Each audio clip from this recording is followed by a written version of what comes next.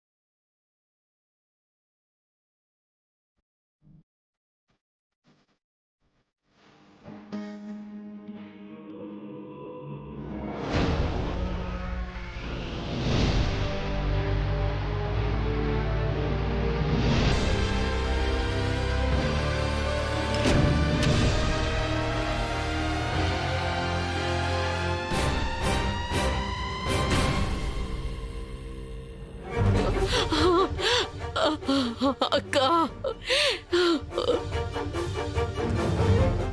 ఎంత పని జరిగిపోయిందక్క. దేవుడు లాంటి బావగారిని, మన ఇంటి ఆడబిడ్డని ఆ దేవుడు తీసుకెళ్ళిపోయాడు. ఆ దేవుడు నీకింత అన్యాయం చేస్తాడని ఊహించలేదక్క, ఊహించలేదు.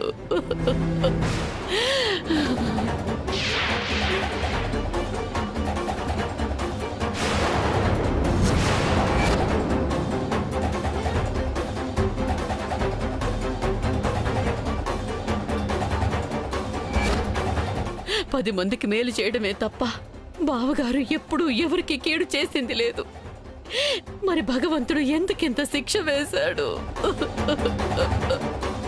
నీ చేతులతో నువ్వే చంపేసి ఇప్పుడేం తెలియనట్టు ఏం దొంగేడుపులు ఏడుస్తున్నావు చిన్నత్త. మన వంశాన్ని శాపం వెంటాడుతుందని గుళ్ళో సాధువు చెప్తే పట్టించుకోలేదు. కానీ ఆ శాపానికి నువ్వే బలైపోతావని ఊహించలేదు పెదనాన్న.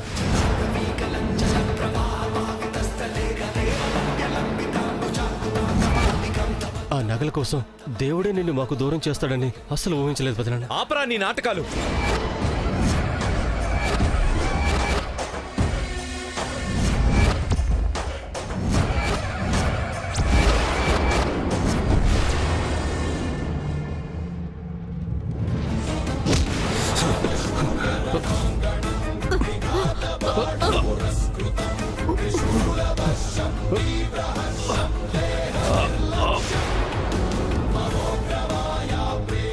వదులు దేవాన్ష్, వదులు వదులు వదులు దేవాన్ష్. మర్యాదగా నిజం చెప్పు.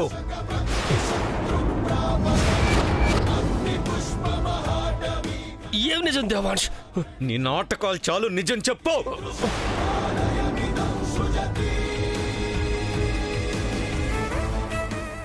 నిజం చెప్పు. నాటకాలేంటి దేవాంశ్? నువ్వేమంటున్నావు? నా కొడుకు వదులు. దేవా, ఏం చేస్తున్నావు మనోడా? వదలనిందు.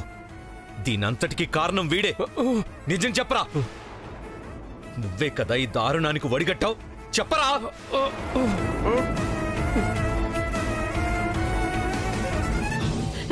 నా బిడ్డ దారుణం చేయడం ఏంటి దేవాంశ్?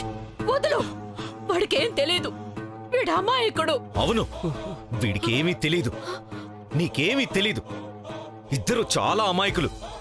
వదులు దేవాంశ్, వదులు.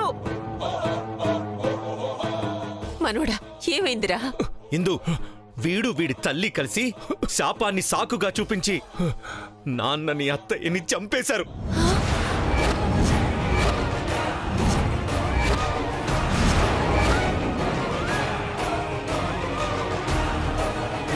దేవాన్ష్, నేను చెప్పడం ఏంటి? నాకు తెలుసురా ఇది మీ పని అని.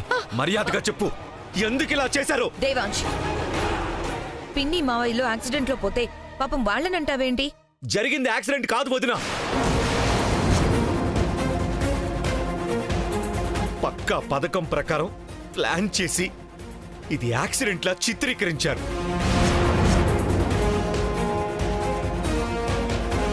ఆశ్రమానికి వెళ్తున్న అత్తయ్య నాన్నలు నేరుగా ఆశ్రమానికి వెళ్లకుండా మధ్యలో ప్రమాదంలో ఉన్నామని ఫోన్ చేశారు.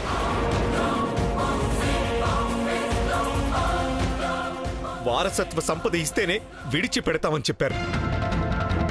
కానీ చెప్పిన చోటుకు వెళ్లేసరికి లేరు. మళ్ళీ ఏ ప్రమాదం లేదు, ఆశ్రమానికి వెళ్తున్నామని నాకు ఫోన్ చేశారు. ఏ ప్రమాదం లేకపోతే అలా చెప్పాల్సిన అవసరమేంటి?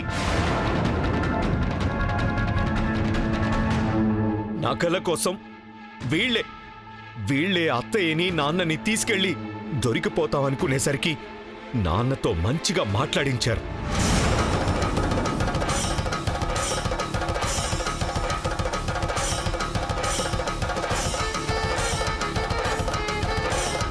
కానీ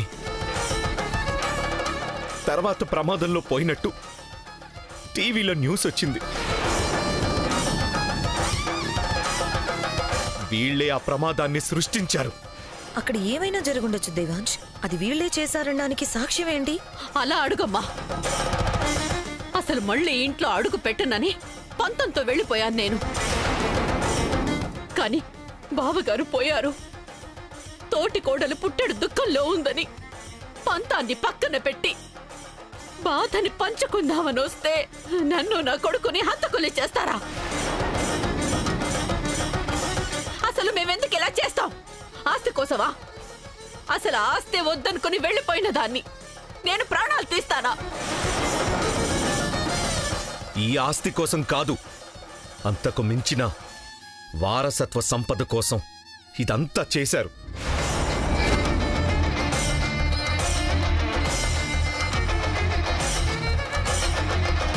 నాకు ఫోన్ చేసి బెదిరించింది మీరు కాదు. గుళ్ళో దేవుడి నగల కోసం నేలమాలిగలోకి మేం వెళ్తే మమ్మల్ని మాయ చేసి ఆ నగల్ని ఎత్తుకుపోయింది మీరు కాదు. ఏమంటున్నావు దేవాంశ్?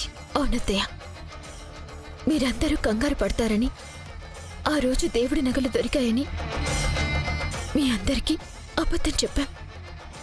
ఆ నగలు వీళ్ళే దొంగిలించి తర్వాత వారసత్వ సంపద కోసం బావని బెదిరించారు.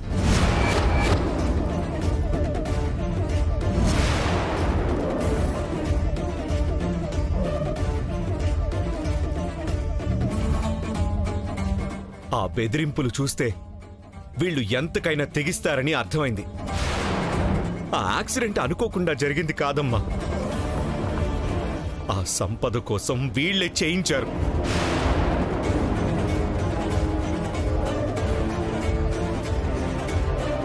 ఎంత పని చేశారు?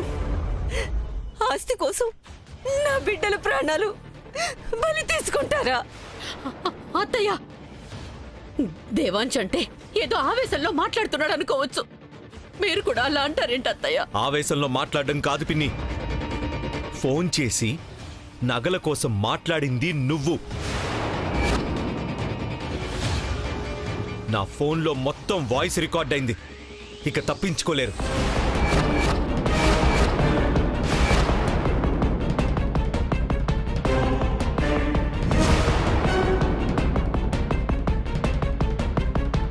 నువ్వు నగల కోసం ఫోన్ చేసి బెదిరించావా? నా మనవడు చెప్పింది నిజమా? చెప్పు స్వాహ. అవునత్తయ్య.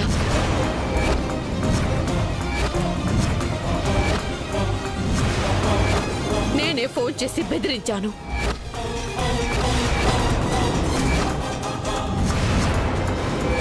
ఆ సంపద ఇస్తే నగలిస్తామని చెప్పాను. నిజమే.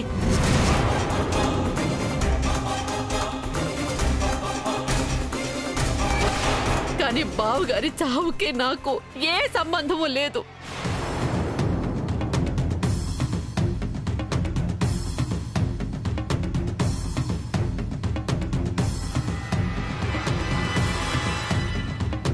ఇలా ఒప్పేసుకుంటోంది.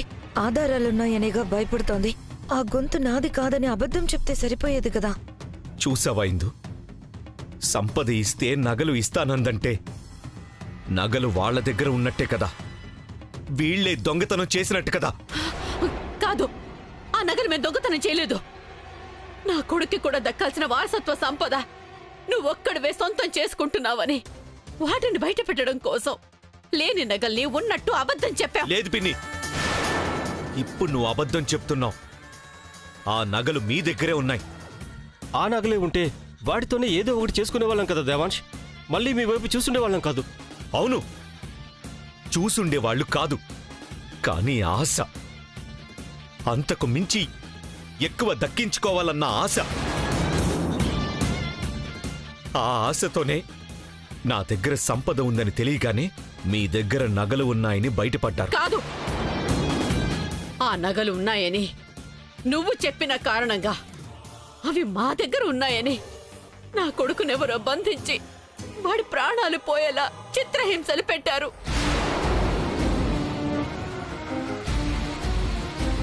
లేని సంపద ఉందని చెప్పి ఈ కుటుంబాన్నంతటినీ ఆపదలోకి నెట్టింది నువ్వు దేవాంశ్.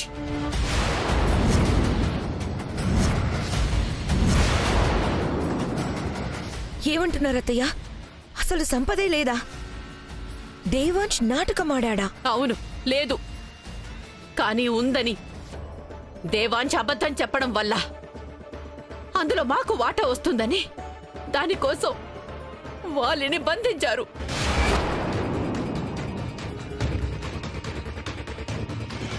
కేవలం నా కొడుకుని విడిపించుకోవడం కోసమే దేవుడి నగలు నా దగ్గర ఉన్నాయని అబద్ధం చెప్పి వారసత్వ సంపద కావాలని అడిగానే తప్ప నిజంగా మా దగ్గర ఏమీ లేవు. మేమెవ్వరిని చంపలేదు. ఇది నిజం, ఇది నిజం.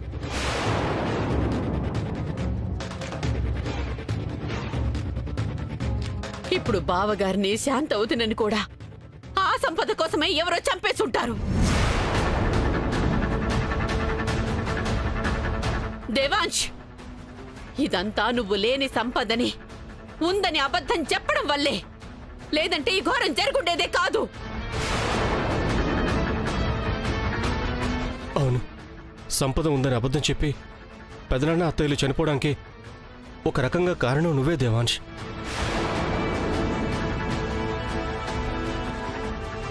ఏమన్నావ్? సంపద ఉందని నేను అబద్ధం చెప్పానా? అది అబద్ధమని నాకు వైదేహికి కాకుండా తెలిసిన మూడో వ్యక్తి మా నాన్న.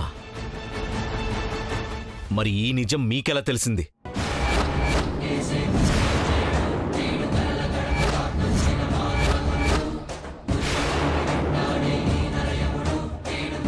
అంటే నాన్నని బంధించింది మీరు. సంపద లేదన్న నిజం తెలియగానే చంపేశారు కదా?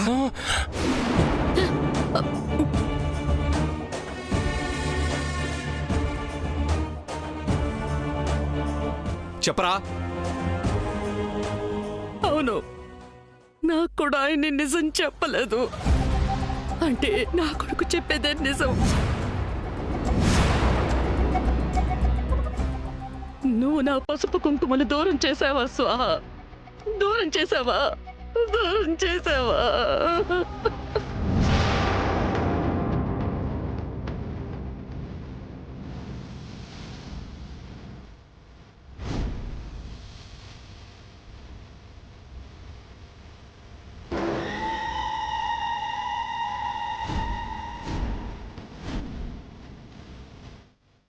ఏడవకమ్మా, ఊరుకో కౌసల్య, ఊరుకోమ్మా.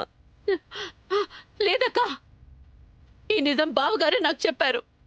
ఎప్పుడైతే సంపద కోసం నా కొడుకుని బంధించారో అప్పుడు బావగారికి ఫోన్ చేసి విషయం చెప్పారు.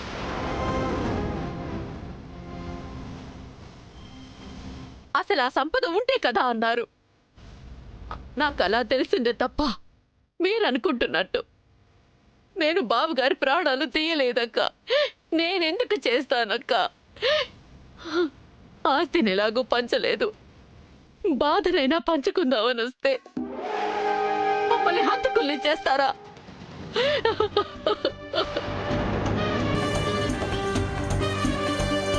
లేదత్తయ్య, ఇప్పుడు కూడా మీరు అబద్ధమే చెప్తున్నారు. మీ కొడుకుని ఎవరో బంధించుండొచ్చు, కానీ వారసత్వ సంపద కోసం మాత్రం కాదు. ఆ సంగతి మీకు తెలుసు. చాలు వైదేహి, ఎక్కడ నీ బిడ్డ మీద నింద పడుతుందోనని నేరం అత్తయ్య వాలీల మీద వేస్తున్నావా? నా బిడ్డ మీద నింద పడ్డమేంటి? ఏం మాట్లాడుతున్నావక్క? అవును, నీ కడుపులో బిడ్డ ఇంట్లో ప్రాణాన్ని బలి తీసుకుంటుందని నిన్న ఆ సోదమ్మ చెప్తుంటే ఏదో సోది చెప్తుందిలే అని నేను పెద్దగా పట్టించుకోలేదు.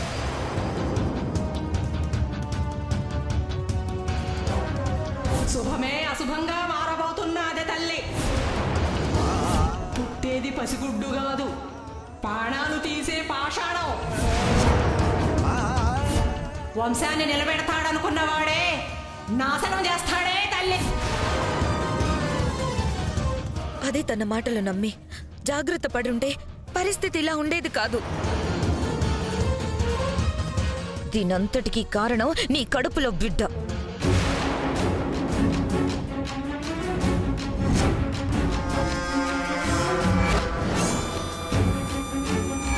ఏం మాట్లాడుతున్నావక్క? నా బిడ్డ అమ్మని మావయ్యని పొట్టను పెట్టుకుందా?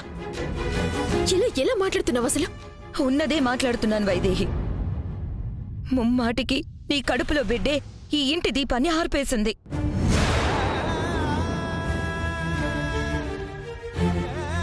ఈ ఇంటికి పెద్ద దిక్కు లేకుండా చేసింది.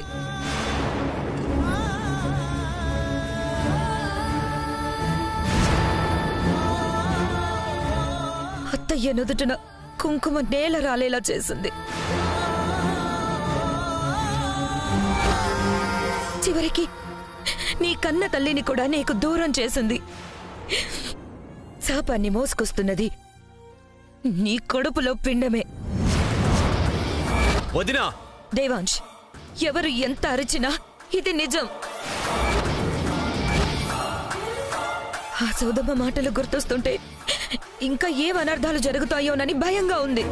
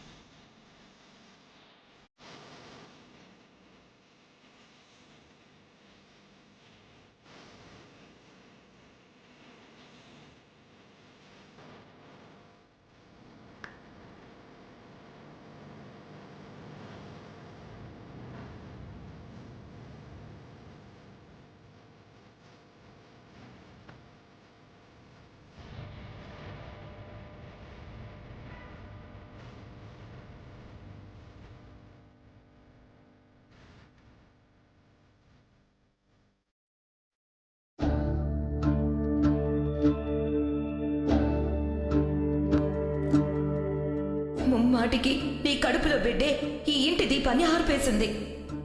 ఈ ఇంటికి పెద్ద దిక్కు లేకుండా చేసింది. అత్తయ్య నుదుటిన కుంకుమ నేల రాలేలా చేసింది.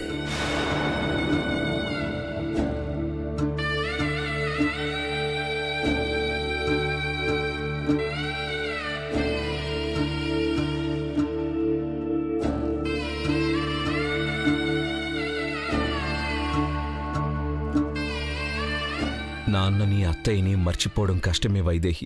అసాధ్యం.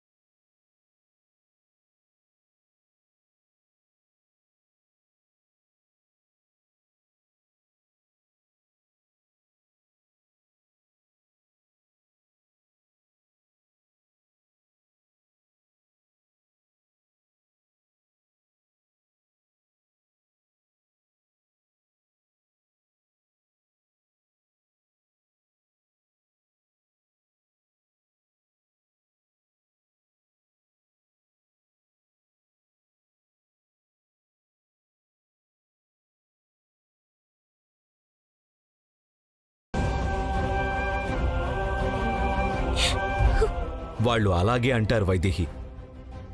వాళ్ళకి ఇదొక అవకాశం.